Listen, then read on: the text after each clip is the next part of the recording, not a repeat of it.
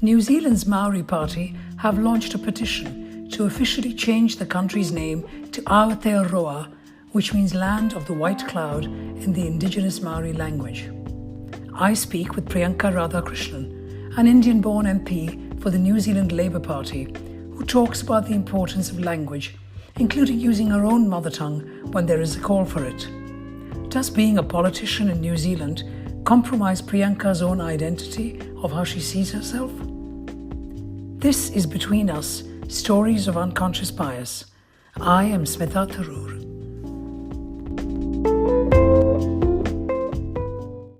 I'd like to introduce Priyanca Radhakrishnan. As soon as you hear that name, many of you are going to jump to unconscious bias assumptions and make assumptions about where she is and what she's doing. But Priyanca is a Member of Parliament in the Labour Party in New Zealand. She's the Minister of the Crown. Her portfolios include diversity, inclusion, and ethnic communities. And Priyanca is the first person of Indian origin to become a minister in New Zealand. Priyanka is born in India. She went to school in Singapore and then moved to New Zealand to further her education, and that's where she is. She has spent her work life advocating on behalf of people whose voices are often unheard, survivors of domestic violence, migrant workers who've been exploited, and so on. She strongly believes that everyone has the right to live with dignity. That means equitable access to affordable housing, quality education, and decent, secure work. But what does all this look like under the context of unconscious bias? That's what Priyanca and I are going to be talking about. And I'm really pleased that Priyanca has agreed to speak to me and share her stories of unconscious bias. Thank you so much. Thanks for having me, Smita. First question to you, Priyanca. We're talking unconscious bias. How do you understand those words? What does it mean to you?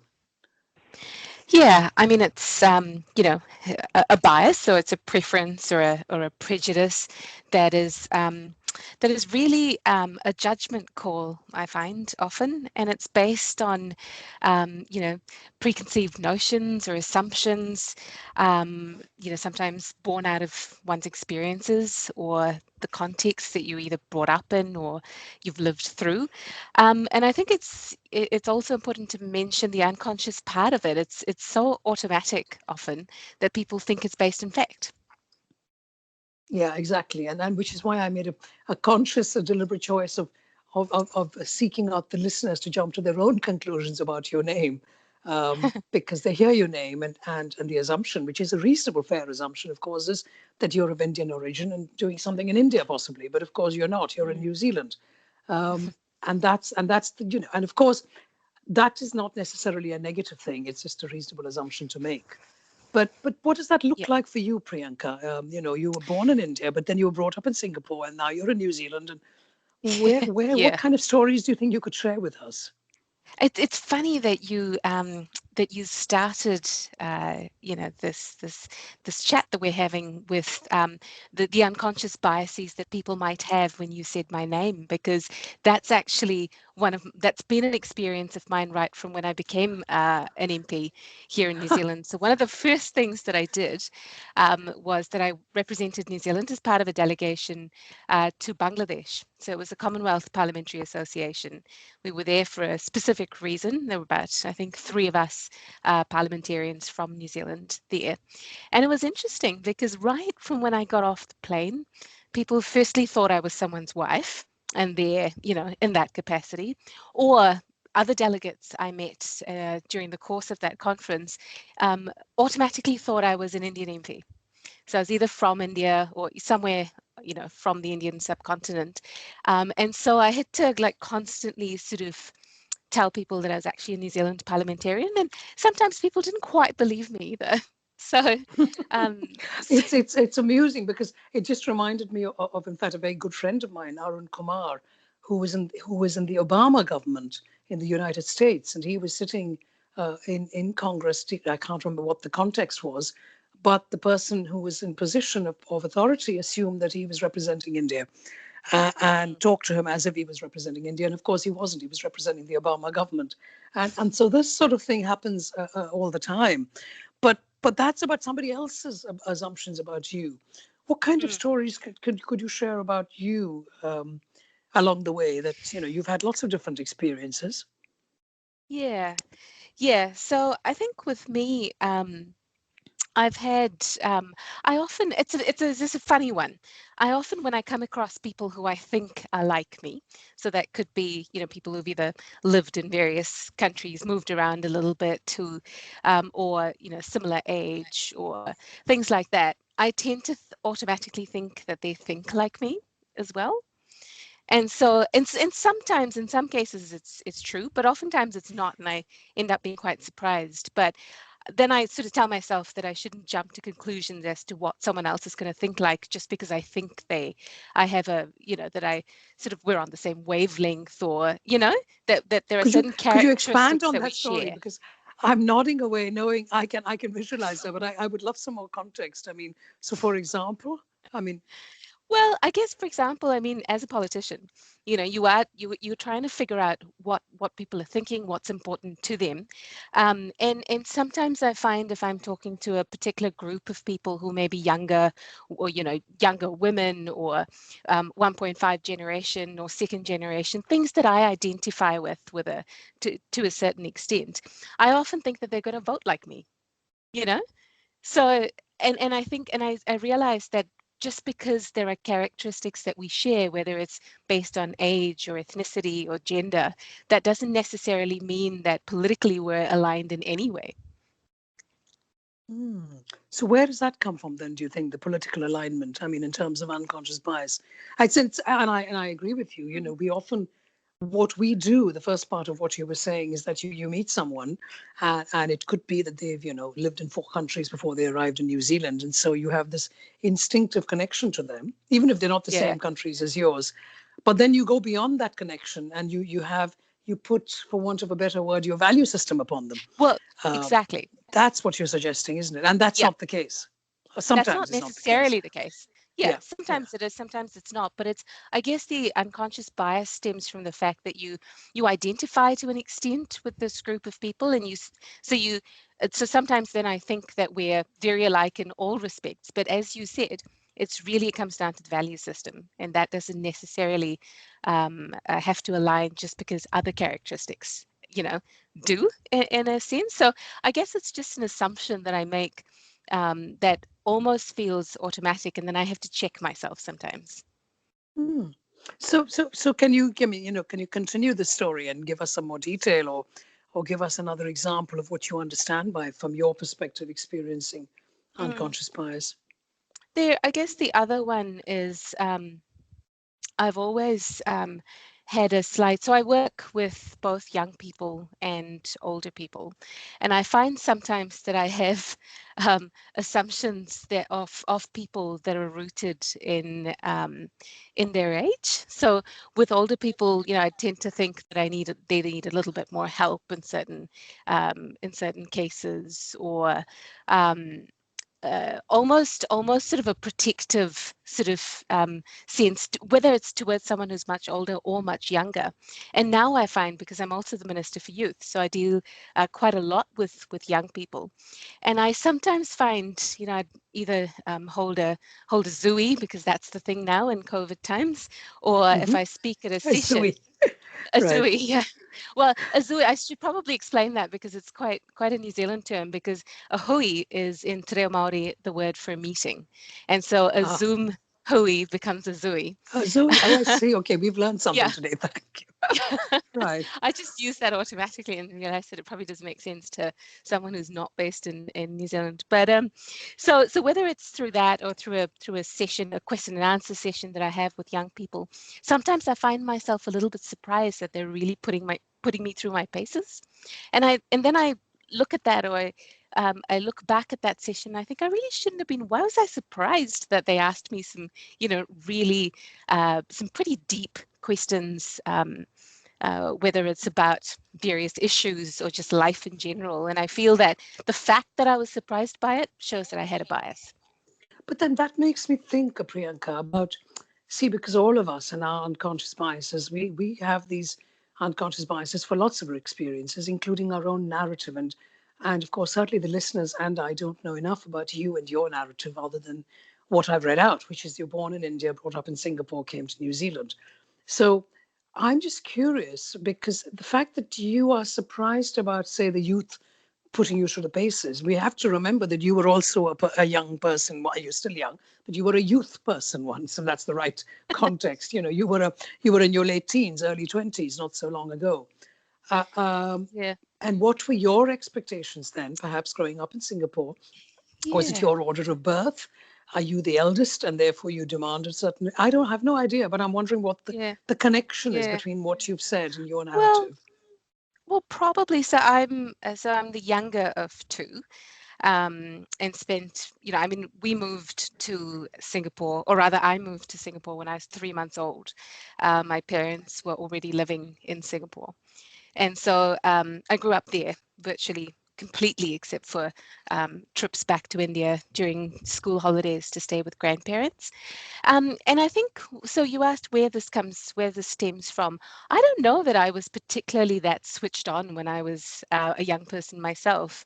I didn't really have a huge amount of, I didn't put a lot of thought into what I wanted to do when I grew up, or I was one of those who kind of coasted along and didn't think that That's what it deeply is about then, isn't it? things. That's Yeah, exactly what it is. So that's, I mean, because that's what I love about this whole idea and conversation of unconscious bias.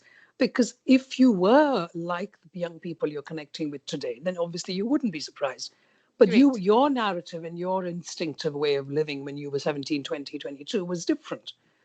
Mm. And so therefore you're impressed.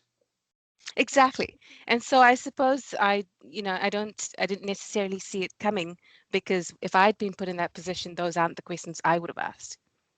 Okay, so Singapore, and now you arrive in New Zealand. So tell us about that and the experiences you might have had, the expectations perhaps unconsciously that, oh yes, I'm coming now to New Zealand and that's what it's going to look like. And could you share some stories?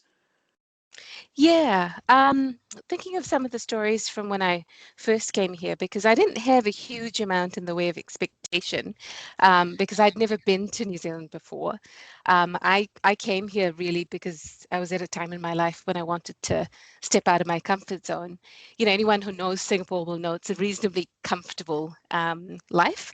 And so my parents went back to India, and I thought, well, I wanted to go somewhere where I didn't know anyone and step out of my comfort zone and kind of chart my own course in a sense. And so I came here to cross credit and finish my degree here in New Zealand. And so I had done a lot of research into what I could expect moving here. I moved to a place called Palmerston North, which is at the southern tip of the North Island. Um, which usually when I tell people here in New Zealand, they laugh because nobody seems to like Palmerston North for some reason. And I moved in the middle of winter, and sort of, came here to study really. So I didn't have a huge amount of expectation, but what I found was there's a little bit of how people judge you. There always is that, but I think it actually got a bit more pronounced later, not in those initial days of moving to New Zealand. I just found people really supportive and really friendly. So I didn't have a huge amount of problems then, except certain comments now and again, thinking back, where the flippant comments from people who say things like, "Oh, you speak English really well," um, assuming you're from India and people don't speak English in India. So things like that I've always experienced, but it's more when I stood as a candidate that I experienced a bit more of that. People saying that, "Oh, New Zealanders aren't going to vote for you with a name like Radhakrishnan. No one's going to be able to say it, let alone, tick a box on the ballot form." Um, uh, and also there is a sense of, if you are a woman of color, standing for something like this, generally the sense from whether it was the media or people looking at the list of candidates, the general sense was you're just there to tick a box, you know, because that I guess stems from, I don't know where it stems from, their own biases. But Mm. yeah, I don't know. I mean, there was just uh, lots of a sense of people not quite taking you seriously.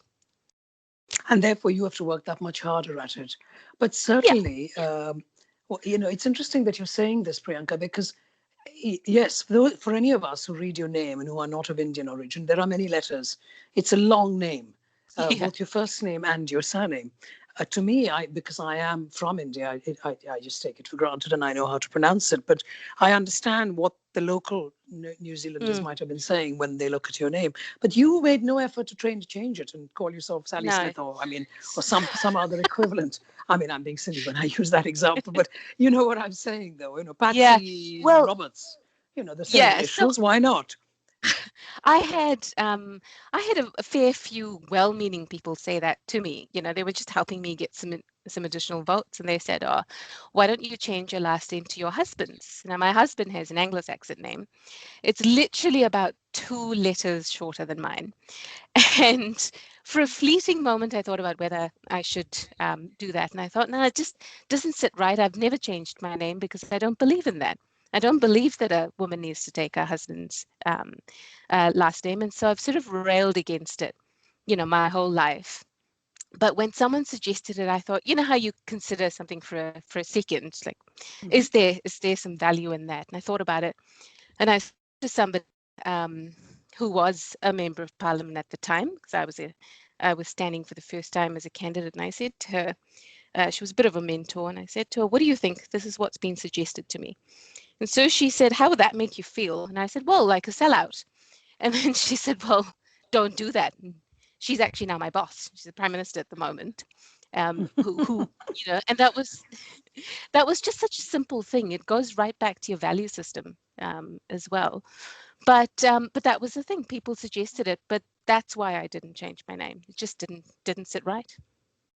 Yeah, but then that's also a bit of sense of self-belief and sense of self-identity that a lot of us perhaps may not have. And I think you have the good fortune of having someone like Jacinda Ardern to support you and mentor you, and also the fact that in your country at the moment the ruler is a woman and a feminist woman Yeah, who keeps her own name and has not taken a partner's surname or any of that. Um, yeah. and so there's a role model for you. So that's your luck, I suppose. And I Yeah. just wondered whether it could have been different. Who knows? We will never know because you are where you are. But Well, tell us a little bit more about this, though. I mean, what you're saying, Priyanka, the idea of your experiences in New Zealand, and why would you even get into politics, for example? What's that about? What kind of stories do you have? well, And so after university, most of the work that I've done, and this was in Singapore before I came here as well, I worked for a women's rights organization there. And most of the work that I've done has been in the women's rights space, particularly in family and sexual violence prevention. So I worked with an organization called Shakti here that works with women of Asian, African, and Middle Eastern origin.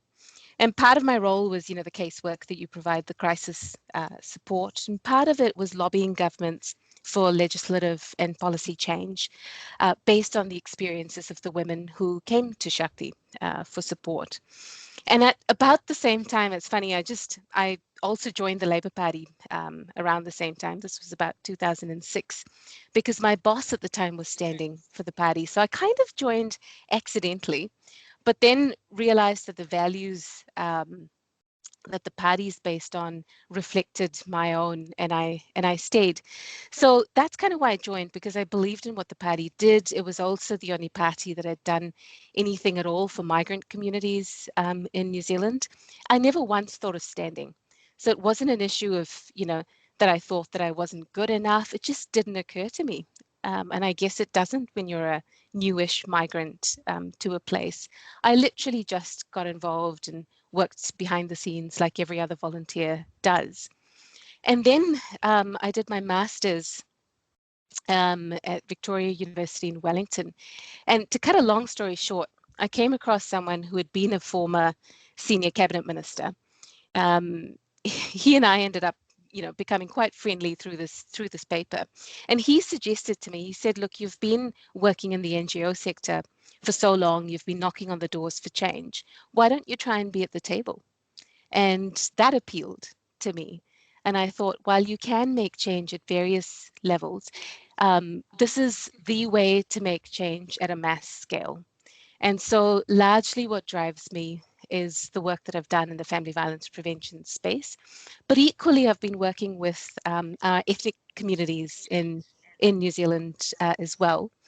And we're incredibly diverse as a country. We've got over 213 ethnicities. We speak over 160 languages and belong to a number of faith communities as well. And there's so much more that needs to be done so that people don't feel like they have to change their name or conform in any way to be able to get ahead. And that's some of the work that I'm doing now. So that's why politics, really.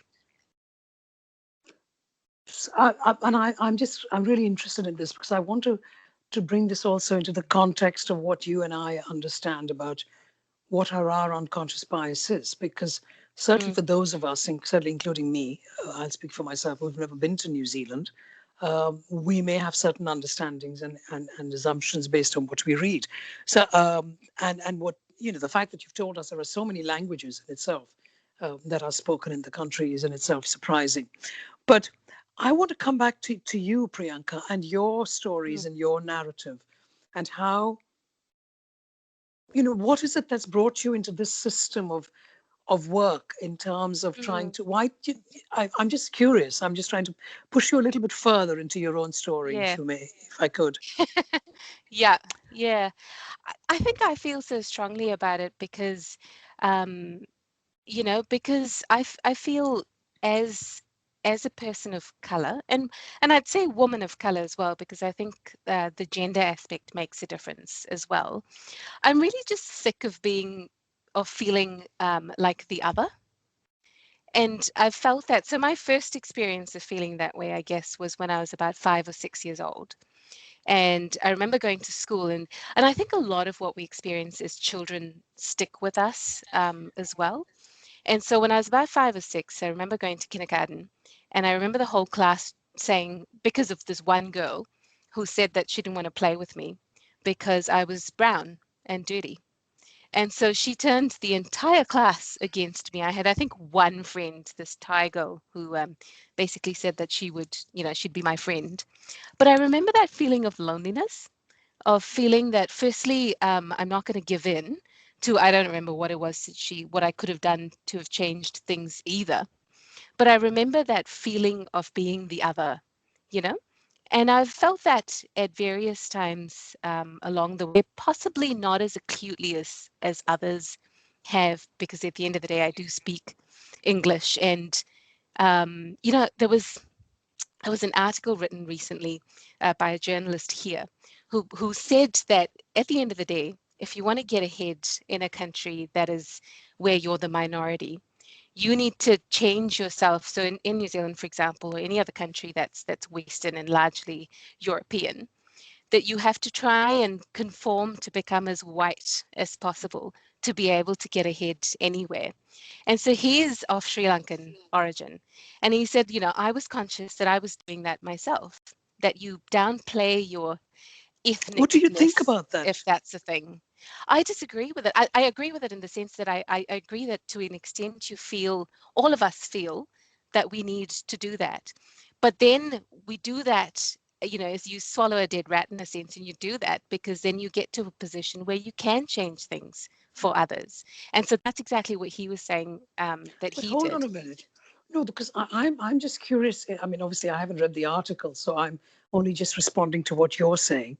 Mhm. But the fact that this gentleman, the Sri Lankan person of Sri Lankan origin living in New Zealand, suggests that people need to be more white. So, what is your understanding of more white? So for him, for example, it was that people would mispronounce his name all the time, like really simple, and he would not correct them. So for me, I've had numerous occasions where people, even now, will want to, they're introducing me for something that I'm going to speak at, but they can't actually say my name. And so sometimes they'll struggle through Priyanka and get that bit, and then the Radhakrishnan just completely, they're flummoxed, right? So they can't even, they'll just be like, you introduce yourself. And so that was one of it. But it's also the way you speak, it's the way you dress, the way that there's a culture of Friday evening drinks. You go out and have a drink with a colleague. Like, you do all the socially accepted things so that you don't stick out like a sore thumb, right? But So why does that that make people, you white is the question, though. well, it makes you From the point of acceptable, that I article that I've guess. not read. Yeah. I guess what he was getting at was that you try and make yourself fit into the dominant culture. So it wasn't so much whiteness as ethnicity, but it was more what is acceptable socially in a country like New Zealand, and as a migrant or as a minority, because people have all these preconceived notions about who you are and what you must be like. You try and change that to fit in to the dominant culture so that you don't stick out and you can get ahead. I think that's kind of where he was coming from. That's Right. anyway my So my what view. what about the Maoris then in New Zealand? What would they say, do you think? I mean, obviously I'm asking you to speak on their behalf, which is perhaps a bit unfair, but I'm just curious to know. You've lived there long enough, and Yeah, obviously because of the yeah, work that you do, you've worked a lot with different cultures and ethnicities, and the Maoris yeah, are the New Zealanders. They are the indigenous folk of New Zealand, yeah, not the white people that people are yes, trying to adjust to because they're the dominant yeah, culture. So can you tell us a little bit? Because yeah. what's also wonderful for us listeners is we're also learning from you about the country and the culture and our understanding of what that looks like. Mhm. Yes. So yes, the Maori are what is known as tangata whenua here, which is literally translates to people of the land. And if you look at the history of colonization in Aotearoa, New Zealand, you'll see that they went through a process like many Indigenous people have, where land, where culture, where language was stripped from them initially, where people were beaten for speaking Te Reo Māori. And so there's a bit of a revival in a sense now, which definitely we're supporting as well, in terms of being able to teach Te Reo Māori in schools, giving people the opportunity to learn their own language. But it was a culture or a way of life that was oppressed through colonization. So it isn't the dominant culture in a sense. And now it should be, because it's the culture of the indigenous people of this land. But I think if you look at New Zealand culture per se, I mean, this is what people are still trying to work through, right? In terms of how, so we've got one of our founding documents in New Zealand is the Treaty of Waitangi, which was a treaty that was signed between the various iwi or tribes at the time and the Crown.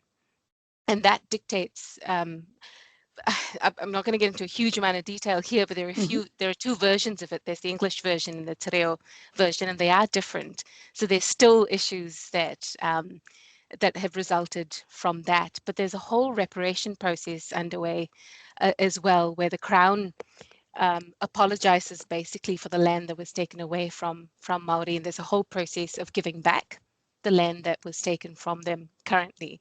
So there's all of that happening as well. But there is also the issue of access to language, access to ways of living, access to culture.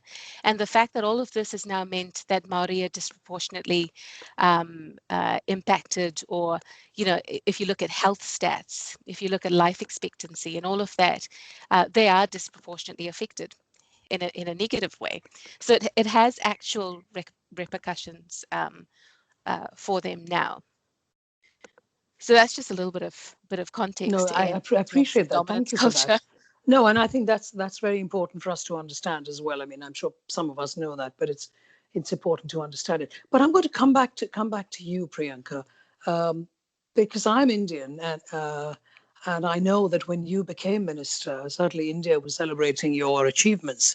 Um, and what was interesting is that you chose to celebrate your Indianness as a New Zealand minister, and I thought that was wonderful, because I think you chose to speak in Malayalam, if I'm not mistaken.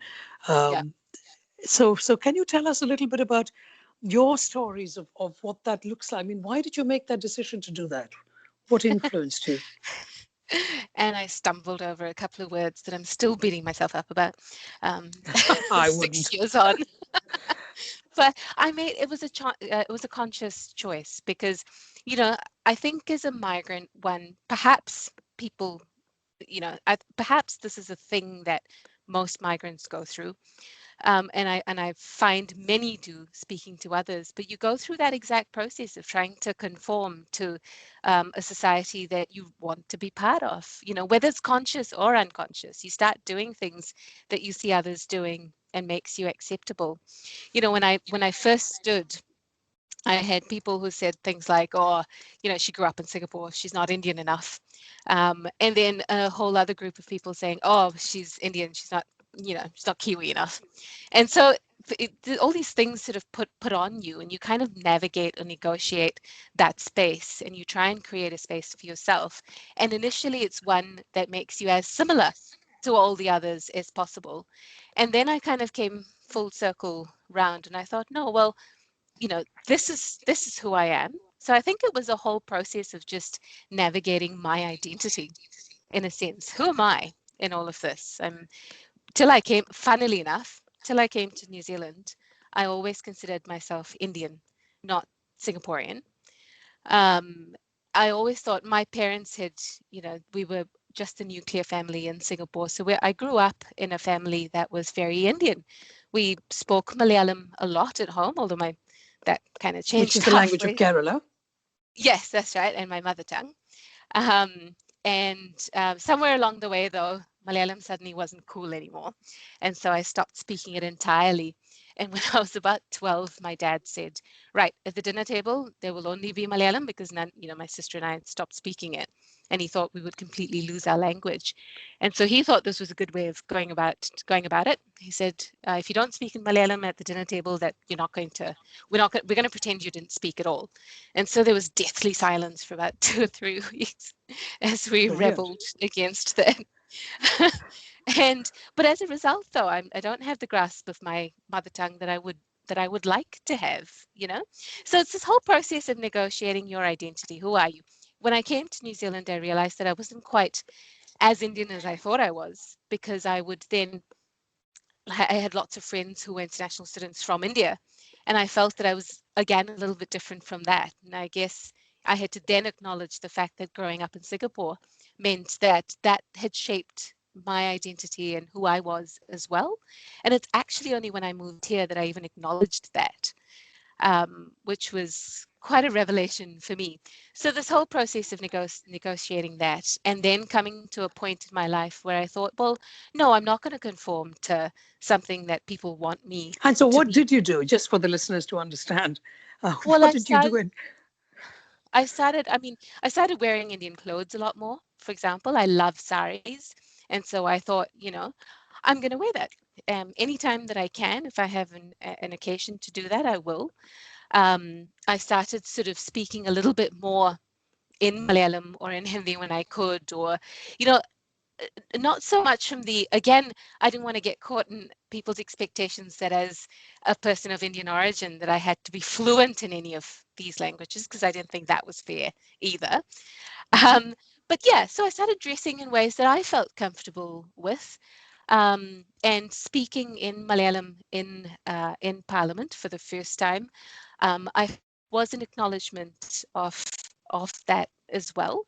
So opportunities that I get to where I feel comfortable. So not just doing it to make a statement, but also pointing to aspects of my identity that are there, not shutting any part of it out, Um, I think that's kind of where I've come to and I'm comfortable with. And I think that actually very neatly connects to what I was going to ask you, and you've already begun to answer from where I'm sitting, which is, so how do you manage your unconscious biases? So what little I've understood already is that you've come full circle because of, I'm just trying to capture what you've said for the listeners and for myself. And, firstly, who am I? And I'm Indian, but I happen to live in Singapore. Then you leave Singapore, and then wherever you're looking, people are putting you into their own slots of how they perceive you. And that then reinforces in your own mind that I've got to challenge my unconscious biases and figure out who am I? And therefore, that includes speaking my mother tongue in Parliament, for example.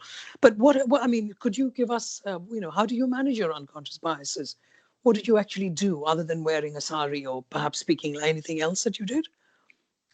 I think it's a constant process, right? Because there are just so many biases, so many assumptions that people can make constantly about everything.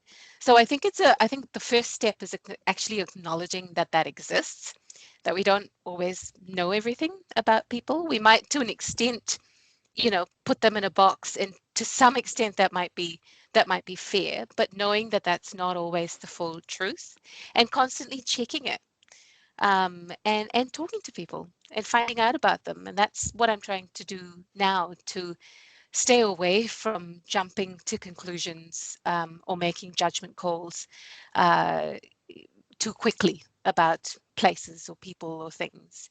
But it is a constant process. And that's the main thing, isn't it? It's a constant process, and to learn your own truth. I love that choice of word that you made. Priyanca Radhakrishnan, MP and Minister in New Zealand. I have so enjoyed discussing stories of unconscious bias with you. Thank you for giving me your time. Thanks so much for having me on your podcast, Smita.